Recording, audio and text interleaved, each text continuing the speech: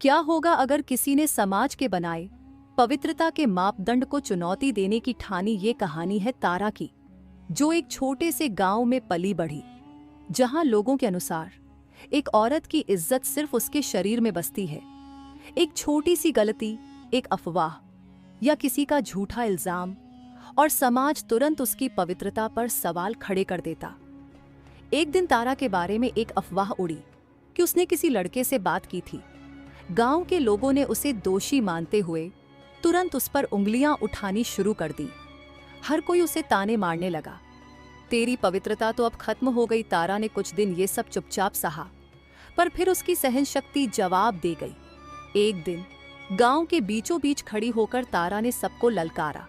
उसने कहा, आप लोग मेरी पवित्रता पर सवाल उठाते हैं, लेकिन कभी अपने दिल में झांक कर देखा है? क्या आपकी सोच इतनी कमजोर है कि किसी की इज्जत सिर्फ उसके शरीर में बसी हो? क्या आप लोगों के पास अपने खुद के कामों पर गर्व करने लायक कुछ नहीं है, जो दूसरों की जिंदगी में झांकने में लगे हैं? गांव वाले चौंक गए। किसी ने सोचा नहीं था कि तारा जैसी साधारण लड़की इतनी साहसी हो सकती है। तारा ने अपनी बात को जारी रखते हुए कहा, पवित्रता एक सोच है, शरीर नहीं। अगर आप सच्चे दिल से दूसरों का सम्मान नहीं कर सकते, तो खुद को पवित्र मानने का ढोंग मत करो। धीरे धीरे तारा के साहस ने गांव की अन्य लड़कियों को भी अपनी आवाज उठाने का हौसला दिया।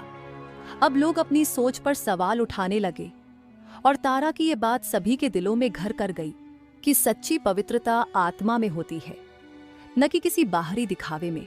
तो दोस्तों, समाज के बनाए नियमों से ऊपर उठकर खुद की असली पहचान